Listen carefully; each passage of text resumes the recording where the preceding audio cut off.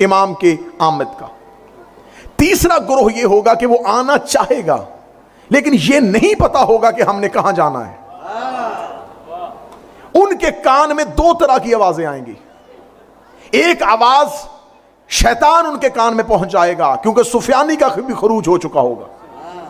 वो सुफियानी को महदी समझ लेंगे, वो दज्जाल को अपना मसीहा समझ लेंगे क्योंकि उनके पास इंतजार था, मारिफत नहीं थी।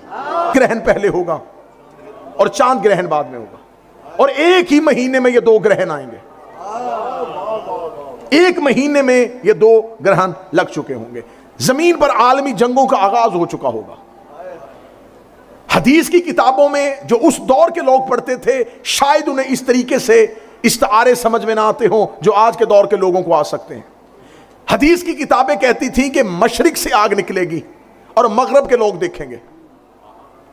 उस दौर में चमड़े पे हदीसें लिखने वाले सोचते थे ये कैसे हो सकता है कि मशरिक से आग निकले और मगरब के लोग देखें। आज आप देखते हैं कि दुनिया में कहीं भी जब जंग का आगाज होता है तो मशरिक से भी अगर आग निकलती है तो मगरिब के लोग देख रहे होते हैं। जो सियाओ अगर हाथ यहीं पे हैं तो फिर मुझे यहीं पे जुमला कह देना है, ये मुल्कों का जुलूस नहीं आएगा, अशूर में अज़ादारी का जुलूस निकला होगा, इमाम का ज़हूर हो जाएगा, जुलूस का रुख इमाम की तरफ हो जाएगा। लेकिन मैं अपने गुफ्तगू के साथ मुतसिल होने लगा हूं अगले जुमले के साथ। जिस अब्बास की इतनी जलालत है वो कायम का सिपाही है। हाय हाय हाय इन द ब्लैंक्स।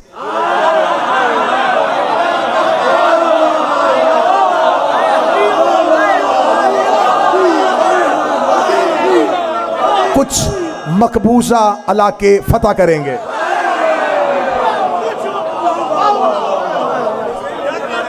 कुछ मकबूजा इलाके। मुझसे ज्यादा बेहतर कौन जानता है। अब मैं बड़ा खूबसूरत इशारा देने लगा हूं और ये साहिब ब्यास साहिब कलम शायर भी अकमल भाई, इन अकेला बंदा ये दाद दे देगा तो मुझे फिर भी बारे में है। बस मैं यहीं पे बात छोड़ दूंगा। छोड़े हजूर क्या गड़े मुर्दे उखाड़ने, जैसे इसने तुझे किया था। जमीन पर अदल होगा, मजलूम जालिम का बदला ले रहा होगा, मकतूल कातिल से। अभी इमाम की तलवार अभी किसी कातिल पे नहीं चल रही। वादिये बैदा वहां पर दोनों तरफ से घुमसान का रन पड़ जाएगा। इधर से महदी का लश्कर, उधर से सुफियानी का लश्कर, दज्जाल की पूरी ताकत, यूं लश्कर एक दूसरे के आमने सामने आ चुके होंगे खानाए काबा के करीब। और हमेशा ये जहन में रखिएगा कि इंतजार दो तरह का होता है। इंतजार की दो कैफियतें होती हैं। पहली कैफियत इंतजार की यह है कि मैं उसकी मिसाल दूं कि मैं बरतानिया में आऊं और मैं किसी दोस्त को कहूं, दो मुख्तलिफ दोस्तों को बताऊं कि मैं इस फ्लाइट से आ रहा हूं, आपने मुझे लेने आना है। जब मैं एयरपोर्ट पे पहुंचूं तो मैं पहले दोस्त को कॉल करूं कि आप लेने आए।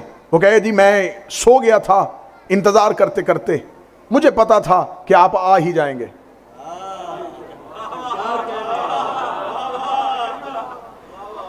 जब मैं बाहर निकला तो दूसरा दोस्त बेचैनी से टहल रहा था। मैंने कहा आप नहीं सोए? उसने कहा इंतजार कहां सोने देता है, मुझे तो शिद्दत इंतजार ने सोने ही नहीं दिया। मैं बार बार टाइम देख रहा था, देर ना हो जाए, मुझे पहुंचने में देर ना हो जाए। मैं आ गया। सरकारे वली असर को सोने वाला इंतजार नहीं चाहिए, बेचैनी वाला इंतजार चाहिए। वो इंतजार चाहिए जिसमें बेचैनी हो, जिसमें शिद्दत हो। ये इंतजार सरकारे वली असर को चाहिए। अगर आप ये कहें कि हम तो दिन में बहुत दफा कहते हैं अल अजल, तो मैं इंतहाई माजरत के साथ कहूंगा हमारा बगैर किसी मारिफत के अल अजल कहना ऐसा ही है जैसे कूफे के खत थे। अगर आप वो कूफा के खतूत उठा के देखें तो उन सब खत में जो एक मुश्तरक चीज थी वो यही थी, जल्दी आइए, जल्दी तशरीफ लाइए, जल्दी तशरीफ लाइए, जल्दी तशरीफ लाइए। और जब इमाम बिल्कुल कूफा के करीब पहुंच गए तो वो अपने वादे से फिर गए। जब सरकार जमीन पर जाहिर होंगे तो दुनिया तीन हिस्सों में तकसीम हो जाएगी। एक जो शिद्दत मुलाकात में जाग रहे थे, बादल दरवाजों पे आ जाएंगे, जिसे कल की गुफ्तगू याद है, और सवारी बन के उन्हें वलीउल असर के करीब ले जाएंगे। दूसरे वो होंगे जो कहेंगे नहीं, ऐसा हो ही नहीं सकता, इनकार करेंगे इमाम के आमद का। तीसरा ग्रोह ये होगा कि वो आना चाहेगा, लेकिन ये नहीं पता होगा कि हमने कहां जाना है। उनके कान में दो तरह की आवाजें आएंगी। एक आवाज शैतान उनके कान में पहुंच जाएगा, क्योंकि सुफियानी का भी खरूज हो चुका होगा। वो सुफियानी को महदी समझ लेंगे, वो दज्जाल को अपना मसीहा समझ लेंगे, क्योंकि उनके पास इंतजार था, मारिफत नहीं थी। उनके पास इंतजार था, मारिफत नहीं थी। आप मुलाकात बा इमाम ज़माना सैयद हसन अबतही ने 2 जिल्दों पे किताब लिख दी है उन लोगों की जिनकी इमाम से मुलाकात हो चुकी है। ये कह के मेरी कौम को मीठी नींद सुला दिया जाता है, कहां हम कहां वो, हम कहां उनसे मिल सकते हैं। ये पहला वो खौफ है जो तुम्हें इमाम से दूर करता है। हमारे गुनाह इतने ज्यादा हैं, कसरत गुनाह हमें इमाम से मुलाकात नहीं करने देती। अगर कसरत गुनाह की वजह से वो हमसे मुलाकात नहीं करते, तो अपनी मोहब्बत हमारे दिलों में क्यों रखी है?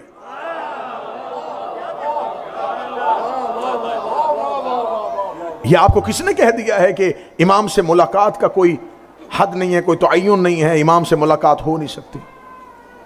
अरब की एक खातून मुलाकात इमाम ज़माना में हसन अबतही ने लिखा है, अरब की एक खातून बुर्का पहन के सोती थी। खवातीन ने कहा तो बुर्का पहन के क्यों सोती है? उसने कहा अगर सोते हुए इमाम आ जाएं, बुर्का ढूंढूंगी या इमाम के पास जाऊंगी?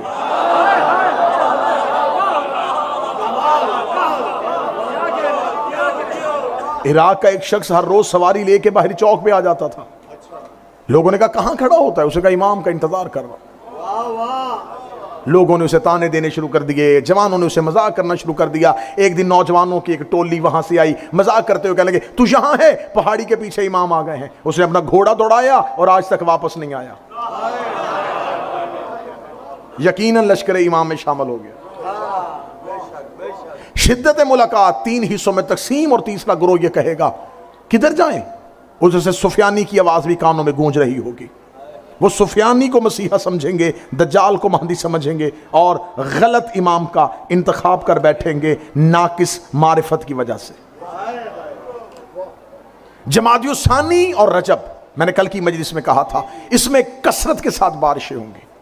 इमाम फरमाते दूसरी इसकी दलील यह है कि हमेशा जमीन में चांद ग्रहण पहले होता है और सूरज ग्रहण बाद में होता है, लेकिन जब इमाम की आमद का साल होगा तो सूरज ग्रहण पहले होगा और चांद ग्रहण बाद में होगा, और एक ही महीने में ये 2 ग्रहण आएंगे। एक महीने में ये 2 ग्रहण लग चुके होंगे। जमीन पर आलमी जंगों का आगाज हो चुका होगा। हदीस की किताबों में जो उस दौर के लोग पढ़ते थे, शायद उन्हें इस तरीके से इस्तारे समझ में ना आते हों जो आज के दौर के लोगों को आ सकते हैं। हदीस की किताबें कहती थी कि मशरिक से आग निकलेगी और मगरब के लोग देखेंगे। उस दौर में चमड़े पे हदीसें लिखने वाले सोचते थे ये कैसे हो सकता है कि मशरिक से आग निकले और मगरब के लोग देखें। आज आप देखते हैं कि दुनिया में कहीं भी जब जंग का आगाज होता है तो मशरिक से भी अगर आग निकलती है तो मगरब के लोग देख रहे होते हैं। हदीस की किताबों में है कि मशरिक से आग निकलेगी, मगरब के लोग देखेंगे और जोरदार धमाकों की आवाजें आ रही होंगी। ये आज के दौर के उलमा इसकी शरह जो गैबत पे काम कर रहे हैं वो कह रहे हैं कि ये जमीन पर आलमी जंगों की अलामत है कि जमीन पर कसरत के साथ आलमी जंगों का आगाज हो चुका होगा। इमाम फरमाते हैं रजब और शाबान के बाद फिर रमजान आएगा। कितनी वाजिया निशानियां इमाम बता के गए। जमादियुस्सानी और रजब, कसरत के साथ बारिशें, 2 ग्रहण का इकट्ठा होना। फिर इमाम फरमाते उस रमजान में जब तुम 23 रमजान के अमाल कर लो तो अपने दरवाजों को बंद कर देना और जमीन पर लेट जाना, क्योंकि कसरत के साथ तुम्हारे कानों में इतनी जोरदार धमाकों की आवाजें आएंगी। इसे भी उलमा ने कहा है कि यह भी आलमी जंगों की अलामत है। और आज भी कहा जाता है कि अगर कहीं पर कोई मिसाइल फायर किया जाए तो तुम जमीन पर लेटो। जो आज के माहिरीन दिफाई माहिरीन कह रहे हैं वो सदियों पहले इमाम कह चुके थे। कि आपने क्या करना है, आपकी एहतियाती तदाबीर क्या होगी। जमादियुसानी रजब ये गुजर चुका होगा, रमजान की 23 शदीद जंगों का आगाज होगा। इमाम का ज़हूर होगा आशूर के दिन, रोज़े आशूर होगा, और उस साल रोज़े आशूर बरोज़े जुमा होगा। उस साल रोज़े आशूर बरोज़े जुमा होगा। अब यहां पर हदीस की किताबें लिखती हैं कि खुरासान से स्याह परचमों के साथ एक सबसे बड़ा लश्कर जो 10,000 की तादाद में होगा, वो इमाम से नुसरत के लिए निकलेगा। जब मैंने ये हदीस की निशानी पढ़ी तो मैंने देखा कि खुरासान से मुराद क्या है, तो कहा पुराना अफगानिस्तान भी खुरासान था और आज ईरान खुरासान है, लेकिन ना अफगानिस्तान के परचम में स्याही है ना ईरान के परचम में स्याही है। तो फिर मुझे पता चला कि मैंने सारी मुल्कों के झंडे देखे कि कौन से मुल्क का ऐसा परचम है जो सारा स्याह हो। पूरी दुनिया में सिर्फ अब्बास ही का परचम ऐसा है जो स्याह। अगर हाथ यहीं पे हैं तो फिर मुझे यहीं पे जुमला कह देना है, ये मुल्कों का जुलूस नहीं आएगा, अशूर में आजादारी का जुलूस निकला होगा, इमाम का ज़हूर हो जाएगा, जुलूस का रुख इमाम की तरफ हो जाएगा।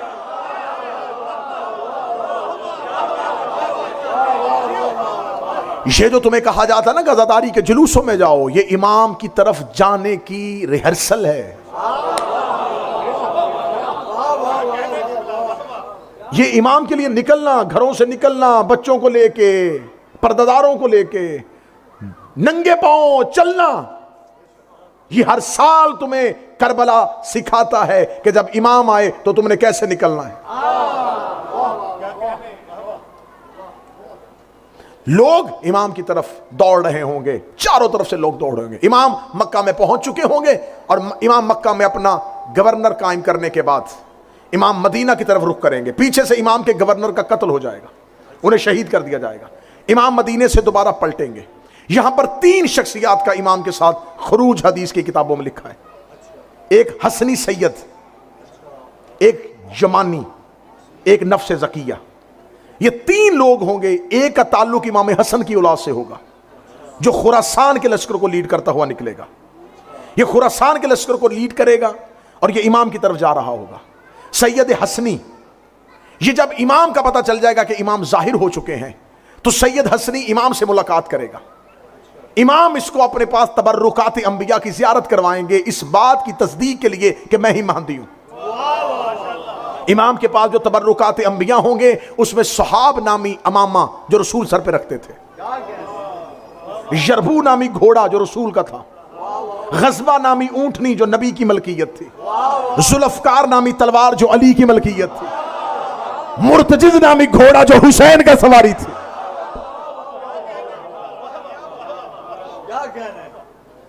जितने भी, मैं बिल्कुल एक एक अपनी तकरीर के हर फर्क का जिम्मेदार हूं।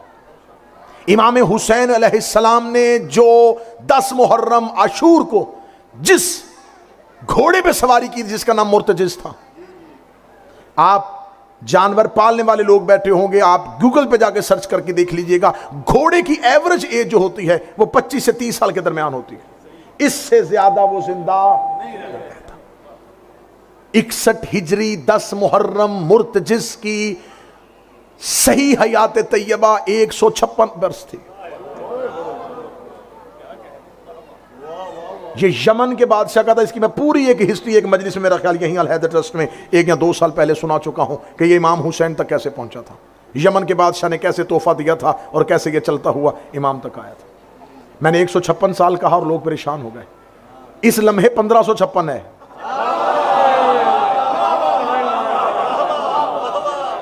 अभी भी गारे अतीक में खड़ा इमाम का इंतजार कर रहा है, क्योंकि ये शहादत हुसैन का ऐनी शाहिद है। इसने हुज्जत को जीन से, हुज्जत इसकी जीन से गिरी थी, अब ये वही हुज्जत को सवार करेगा।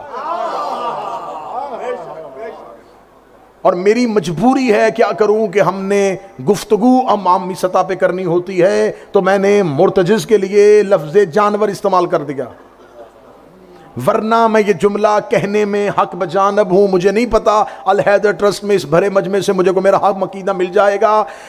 61 हिजरी रोजे अशूर 9 लाख जानवरों में एक मुर्तजिज नामी इंसान भी था। अब बोलो जो हुसैन के नौकर बैठे, 9 लाख हैवानों में एक मुर्तजिज नामी इंसान शऊर से होता है, जिसे अपने इमाम का शऊर ही ना हो, वो इंसान कैसा। अगर आप कहेंगे तो मैं इमाम के खुतबे से बताऊंगा कि इमाम ने 9 लाख को खुतबा देते हुए किन किन जानवरों के साथ तशबीह दी है। हजरत अबुल फजल अब्बास शब अशूर अपने असहाब से, इमाम हुसैन के असहाब से खिताब कर रहे थे, और ये जो खुतबा सरकार अबुल फजल अब्बास ने दिया था, इसी में आपकी फरमाइश भी पूरी हो जाएगी। हजरत अबुल फजल अब्बास शब अशूर खुतबा दे रहे थे, और इस खुतबे की राविया अली की बेटी है। क्या सनद है कि शहजादी कह रही है कि मैं सुन रही थी जब अब्बास बोल रहा था। जो ज़हरा से हदीसे की साथ सुने वो जाबर है, जो अब्बास का खुतबा सुनाए वो ज़ैनब है। कैसा ततहीर वाला खुतबा होगा जो ताहिर की जुबान से निकला, मुताहिरा के कानों ने सुना और मोमिनीन तक पहुंचा। बीबी कहती मैंने देखा है खेमे में अब्बास को बैठे हुए, अब्बास अपने दोनों हाथ जमीन पे ऐसे गाड़े हुए जैसे नमाजी तशहुद में बैठता है, जैसे शेर शिकार पे अपने हाथ रखता है। इस हालत में बैठे हुए थे और 72 सहाब ने मौला अब्बास को घेरे में लिया हुआ था, हल्का बांधा हुआ था, दरमियान में ऐसे अब्बास जैसे सितारों के अंदर चांद बैठा होता है। और हज़रत अबुल फज़ल अब्बास उनको कहते अल्हम्दुलिल्लाह मुब्दिअल अनवार व मौलिजल लैल वन नहार अम्मा बाद अय्युहल अखयार व या अंसार आलल्लाहिल अबरार ला तफज़हु मिन हजूमिल कफ़ार व ला तफसलु मिन कसरतिल इश्बार लिअन्नहुम कलाबुन नार व फराशल असार। हज़रत अब्बास इमाम हुसैन के असहाब से कह रहे थे अल्हम्दुलिल्लाह, तारीफ उस अल्लाह की, मुब्दिअल अनवार, जो इनवार की इब्तिदा करने वाला है, जो नूर का आगाज करने वाला है, वह मौलिजल लैल वन नहार, जो रात से दिन को निकालने वाला है। अम्मा बाद, इसके बाद अय्युहल अखयार, ए मेरे भाइयों, व या अंसार आलल्लाहिल अबरार, ए अल्लाह की आल के मददगारों। कहां चले गए जिसने खुतबा सुनना था? हजरत अबुल फजल अब्बास ने ये नहीं कहा अहले बैत के मददगारों, ए अल्लाह की आल के, अल्लाह की आल के। अल्लाह की औलाद नहीं होती, आल होती है। अगर आप कहेंगे ये खुतबा हजरत अबुल फजल तारीख में जाकर उठा लेना, वरना ज़ियारत में लफ्ज है, ज़ियारत जामे में अस्सलामु अलैका या आल अल्लाह, ऐ अल्लाह की आल, तुम पर हमारा सलाम।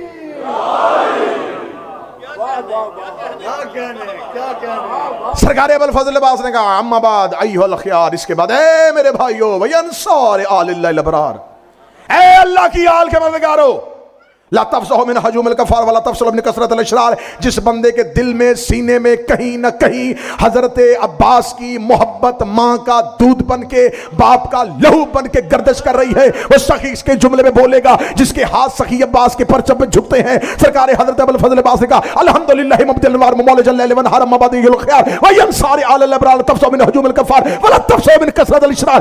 ऐ आले अल्लाह के मददगारों, इन काफिरों के हजूम से ना घबराना, इन शरीरों की कसरत से खौफजदा ना होना, ले अन्नहुम कलाबुन नार, ये दोज़ख के कुत्ते हैं।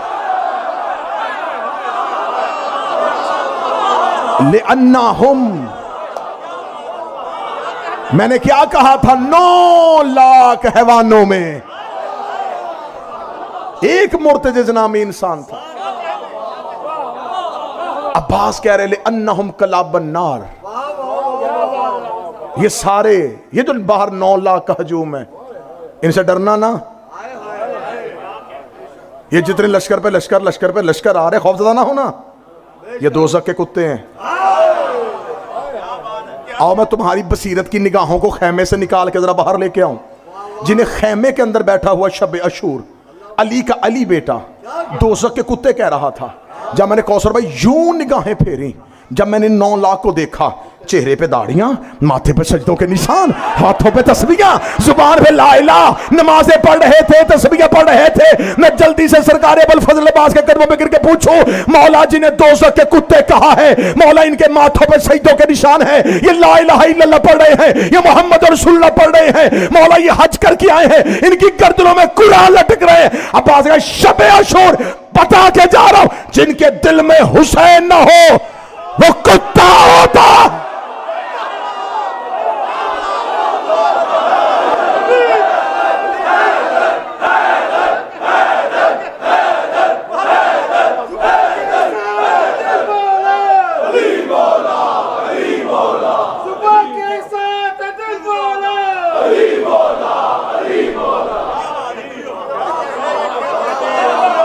जिनके दिल में हुसैन ना हो।